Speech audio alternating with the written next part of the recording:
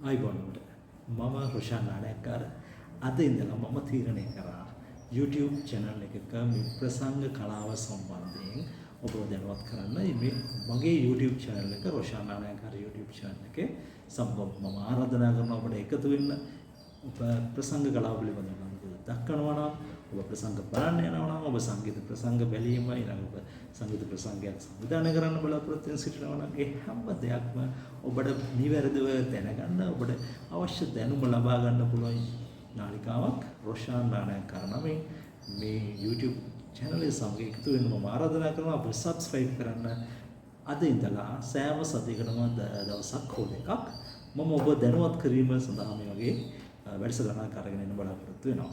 දැනට ඔබ දන්නවා ඇති දැන් අපේ මේ ගායකයාවක් ඉතින් සෑහෙන මිල වැඩි කිරීම කිසිම සදාචාර සම්පන්න නොවන විදිහට හැසිරීම සම්බන්ධයෙන් ඉතින් යම් කතිකාවක් ඇති වෙලා තියෙන වෙලාවක් ඉතින් ඇත්තටම එහෙම කතිකාවක් ඇතිවීම සම්බන්ධයෙන් මම හරිම සතුටු වෙනවා. මොකද මේකේ අපේ ප්‍රසංග සංවිධායකවරුන් විශාල පිරිසක් සිටිනවා. ඉතින් ඒ විශාල පිරිස හැබැයි මම මේ ගැන කතා කරනතුරු කිසි කෙනෙක් කතා කරේ නැහැ. දැන් කියනවා මේ ගොඩක් ප්‍රසංග සංවිධායකවරු ඉන්නවා පිට වැඩිය ප්‍රසංග කරපු.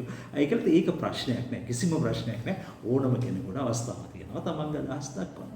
ඉතින් ඒක න ඔබට මේ චමුද්ද සමග හෝ යම් දෙයක් එක කරන්න කැමති වීම කියන්නේ එහෙම දැන් අපි හිතමු මේ ප්‍රසංග සංවිධායකවරුන් අර නිදාගෙන ඉඳලා ඒ කියන්නේ මරණින්ද ඉන්නවා කියන්නේ අපි මරණින්ද ඉඳලා එක සැරේ අවදි වෙලා මේ වෙලාවේ අපි තමයි මේ ගැන හොඳට දන්නේ මේ සංවිධාන ප්‍රසංග සංවිධායකන කිරීම ගැන හොඳට දන්නේ අපි තමයි කියලා. ඉතින් එහෙම අදහස් දක්වන එක මම දැක්ක සමාජ මාධ්‍යවල. ඉතින් ඕනම කෙනෙකුට ඕන අදහසක් දක්වන්න පුළුවන්. ඒ කියන්නේ කිසිම තර්කයක්වත් ඒ කියන්නේ කිසිම අමනාපයක්වත් මගේ නෑ.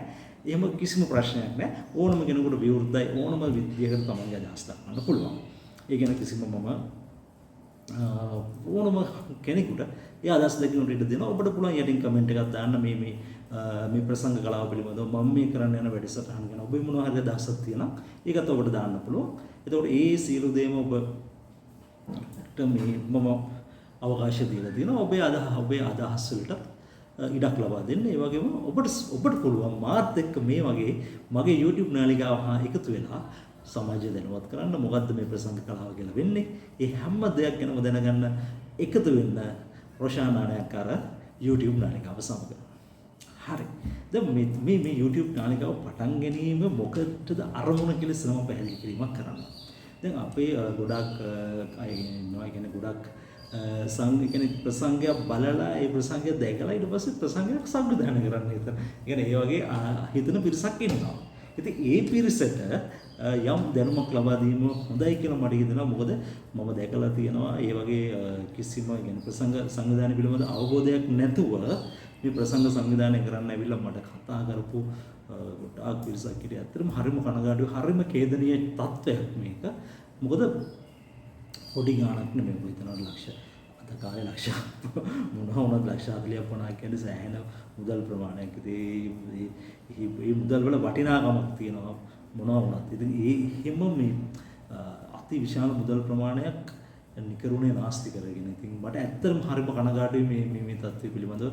මට නම් කවදාවත් එහෙම වෙලා නැහැ. මමත් යම් පාඩු ලැබලා තියෙනවා. හැබැයි මෙහි වගේ අතිවිශාල පාඩුවක් ලබනවා කිව්ව එකත් ඇත්තටම මට ඇත්තම හරිම දුක්ඛිත තත්ත්වයක් මේ සංවිධායකවරුන් මම හිතුවා සාමාන්‍යයෙන් ලක්ෂ 30ක් 40ක් ඒ වගේ පාඩු ලබන්න පුළුවන් කියලා මම උපරිම සීමාවෙන් මම හිතාගෙන හිටියේ. හැබැයි බලන් යනකොට සංවිධායකවරුන් ලක්ෂ 70 80 ලක්ෂ 100 ඊළඟට ඔබට මතකයි මාත් එක්ක සමග මේ වැඩසටහනට ඉදිරිපත් වුණු රූපස් කියන යහම කියනවා ලක්ෂ 120ක්.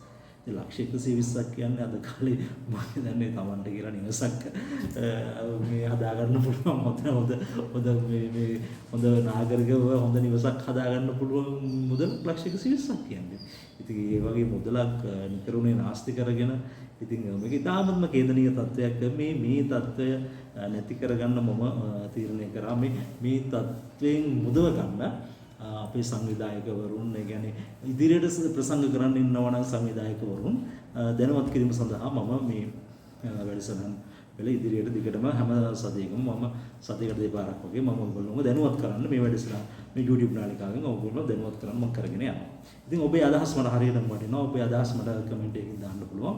ඔබේ අදහස් එක ඔබට තියෙන ප්‍රශ්න ඔබට තියෙන ගැටලු මට ඉදිරිපත් කරන්න. මම ඒවට මට හැකි පමණින් මම ඔබට උදව් කරන්නම්. මම ඔබට ඒ සඳහා විසඳුම් ලබා දෙන්න. ඒ විසඳුම් ඔබ ගන්න ඕන හොඳම තීරණය මොකක්ද කියලා ඊට පස්සේ ඔබට තීරණය කරන්න පුළුවන්. ඉතින් ඒ නිසා ඔබ මම ආරාධනා කරනවා ඔබ ප්‍රසංග සංවිධායකවරයෙක් ඔබ දැනටමත් ප්‍රසංග සංවිධායකවරයෙක් නම් ඔබ ප්‍රසංගය සංවිධානය කරන්න ඉන්නවා නම් මගේ ප්‍රොෂාන් ආනයන්කාර YouTube නාලිකාව සමග එකතු වෙන්න. හරි ඔබ දැනුවත් කරන්න මම සූදානම්. මින් ඉදිරියට කවුරුවත් කිසිම ඕගනයිසර් කෙනෙක් ලොකු ගාණක් සාමාන්‍ය මෙහෙම යම් ව්‍යාපාරයක් කරනකොට ලාභ ලබන්න පුළුවන් පාඩුවක් ගන්න පුළුවන්. ඒ පාඩුව අවම කරගන්න. ඒ කියන්නේ අඩුම තරමේ ලක්ෂ 10ක් අපි මේ පාඩුවක් වුණා කියලා හරි කමන්නේ. අපිට එහෙම පාඩුවක් දරා ගන්න පුළුවන්. යම් අවස්ථාවකදී අපිට ලාභයක් අරගෙන මේ පාඩුව දරා ගන්න පුළුවන්. හැබැයි මේ අතිවිශාල ලෙස ලබන පාඩුව ඔබේ නිකරුණේ ඔබේ මුදල් නාස්ති කරගන්න එපා. ඔබට අතිවිශාල ලෙස පාඩුවක් ලබන්නට ඕන වෙන්නේ නැහැ. ඔබ නිවැරදිව මේ ප්‍රසංග කලාවක් හෝ කලාව පිළිබඳ අධ්‍යයනකින් අනතුරුව ඔබ මේ ප්‍රසංග සංවිධානය කරනවා නම් ඔබට මෙහෙම පාඩු ලබන්න වෙන්නේ නැහැ. ඉතින් ඒ නිසා මම ඔබට මම කියලා දෙන්නම් කොහොමද ඔබ ප්‍රසංග සංවිධානය කරනවා නම් ඔබට මම යම් ප්‍රොසෙසස් දෙන්නම්. ඔබ සමහර දේවල් තියෙනවා දැන් මම මගේ බෞද්ධ ජීවිතයේ අත්දැකපු දෙයක් ඔබට මම කියන්නම්. මේ ප්‍රසංග සංවිධානය කරන සමහර මේ නවකීන්ට මම වචනයක් කියන්නේ මේ වැඩසටහන් කරන්න කලින් මම දවසක් සංවිධායක කියන්නේ සංවිධානය කරන කෙනෙක් මම දන්නේ මේ ඒ කියන්නේ ගෘහස්ත ප්‍රසංග සංවිධානය කර ඉඳලා ඊට පස්සේ එක සැරේ ආවා මේ එලිමහන් ප්‍රසංගයක් සංවිධානය කරන්න. ඉතින් ආවට පස්සේ මම දැනගත්ත අනිවාර්යයෙන්ම මේක උකට පාඩු සිද්ධ වෙනවා. ඉතින් මම උකට යම් උපදෙසක් දුන්නා. හැබැයි ඒ උපදෙස් මම දීපු උපදෙස ඔහු පිළිගැනීම නෙමෙයි අඩුම තරමේ මේ උපදෙසට සමන් දෙන්නවත් ඔහුට නියතමානිකමක් තිබුණේ නැහැ. අන්තිමට ඉතින් කොහොම හරි මමත් මේ ප්‍රසංගේ බලන්න ගියා. ඉතින් මම දැක්ක මොකද උනේ කියලා. ඉතාමත්ම කනගාටු තත්ත්වයක්. ඉතින් මම හිතන ලක්ෂ ඒ ප්‍රසංගය ලක්ෂ 40 50ක් ඉතින් අනිවාර්යයෙන්ම මේ පාඩු වෙන්නේ නැති. ඉතින් ඒ වගේ හරි ඔබට එහෙම අවශ්‍ය නැහැ. ඔබ එම කිසි දෙයක් හිතන්න එපා. ඔබ මම ඔබට එක ඉල්ලීමක් කරනවා. ඔබ නිහතමානී වෙන්න යම් පළපුරුද්දක් තියෙන කෙනෙක් ඔබට යම් දෙයක් මේ සම්බන්ධයෙන් කියනවා නම් ඔබ නිහතමානී වෙන්න. ඔබ නිහතමානී වෙලා ඔබ හුම්කම් දුන්නොත් ඔබට මේ වගේ පාඩුව ලබන්න වෙන්නේ නැහැ. ඒක මතක තියාගන්න. මම මේ කතා කරන්නේ මොකද මේ සංවිධායකවරුන් වෙනුවෙන් හඬක් නැගීමට කවුරුවත් නැහැ. මොකද මේක මුදල් මත වෙන දෙයක් නේ. දැන් මොකද වෙන්නේ මුදල් මත වුණාම දැන් අපි මේමනේ දැන් මට දෙන්න පුළුවන් හරිය මට. මොකද මේ අනිත් අයට මොකද උනත් මගේ ප්‍රසංගවල සෙනග මට සල්ලිත් හම්බුණා වැඩේ ඉවරයි. හිම හිතුවොත් ඉතින් කවදාවත් මම හිතන්නේ මේක මෙහෙම නතර වෙයි කියලා. ඉතින් මම වෙනස් විදිහට හිතන කෙනෙක්. මම ඔබට වෙනුවෙන් මම පෙනී සිටින කෙනෙක්. ඉතින් මම ආරාධනා කරනවා මම සමග රැඳෙන්න. ඊළඟට ඔබ ප්‍රසංග කියන්නේ ඔබ සංගීත ඇලුම් කරන කෙනෙක් නම් ඔබ ප්‍රසංග බලන්න යනවා නම් මොනවද තියෙන හොඳ ප්‍රසංග? අපි අතරම මේ ප්‍රසංග ගත්තොත් ප්‍රසංග වර්ග කීපයක් තියෙනවා. ඉතින් මම සමහර සැනකෙලි ප්‍රසංග ගැන මම කතා කරන්න යන්නේ නැහැ. මොකද මට ඒක නෙච්ච අවබෝධයක් නැහැ. මොකද සැනකෙලි ප්‍රසංග මම කරලා නැහැ. ඒ කියන්නේ දවස් 4-5 සැනකෙලි විදිහට ප්‍රසංග පවත්වනවා. ඉතින් ඒකට සාමාන්‍යයෙන් සංගීත කණ්ඩායමක් විතරයි ඉන්නේ. ඉතින් ඒ වගේ දේවල් මම හිතන්නේ මට ඒ සම්බන්ධයෙන් අත්දැකීමක් අඩුයි. ඉතින් ඒ අත්දැකීම අඩු නිසා මම ඒ සම්බන්ධයෙන් කතා කරන්නේ නැහැ. නමුත් කොන්සර්ට් කියන එක කියන්නේ එක් දින ප්‍රසංග අපි දන්න විශාල ප්‍රමාණයක් නාගරිකව සහ අර්ධ නාගරිකව මේ දැන් සිදු වෙනවා. විශේෂයෙන්ම ඒකෝස්ටික් බෑන්ඩ් එකක් ගන්න කනට මිහිරි සංගීතය. ඉතින් කනට මිහිරි සංගීතය ගැන ඔබට දැනගන්න ඒ කියන්නේ කනට මිහිරි සංගීතය ප්‍රසංගයක් ඔබ කොහොමද සංවිධානය කරන්නේ කියලා ඔබ දැනගන්න ඕනේ. ඉතින් අන්න ඒ සඳහා ඔබට මම සහාය වෙන්න සූදානම්. ඊළඟට ඔබ ප්‍රසංග බලන්න යනවා මම ඒක නත් ඔබ දැනුවත් කරනවා මේ විදිහට. ඊට පස්සේ මම කරන හැම ප්‍රෝග්‍රෑම් එකකද මේ සතියේ දින හොඳම කොන්සර්ට් එක මොකද්ද මෙන්න බලනවා නම් කොන්සර්ට් එක මෙන්න ගිහිල්ලා හොඳටම අපිට සින්දු අහලා හොඳට සතුටු වෙන්න පුළුවන් හොඳ කොන්සර්ට් මොනවද කියලා මම ඔබ දැනුවත් කරනවා. ඒ වගේම කොන්සර්ට් වලට යන වියදමත් මට අනුමාන වශයෙන් මට යම් දාලා අදහසක් දෙන්න පුළුවන්. මෙන්න මේ මෙච්චර වියදමක් කරලා තියෙන එක. ඒතකොට මේ සියලු දේවල් දැනගන්න රැඳෙන්න රොෂානා නායකගේ YouTube නාලිකාව සමග සෑම ඔබ සබ්ස්ක්‍රයිබ් කරන්න. දැන් ඔබ සබ්ස්ක්‍රයිබ් කළා නැත්නම් අනිවාර්යයෙන්ම මම සබ්ස්ක්‍රයිබ් කරන්න.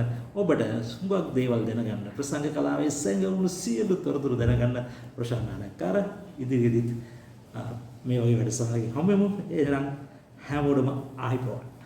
සුබ දවසක්.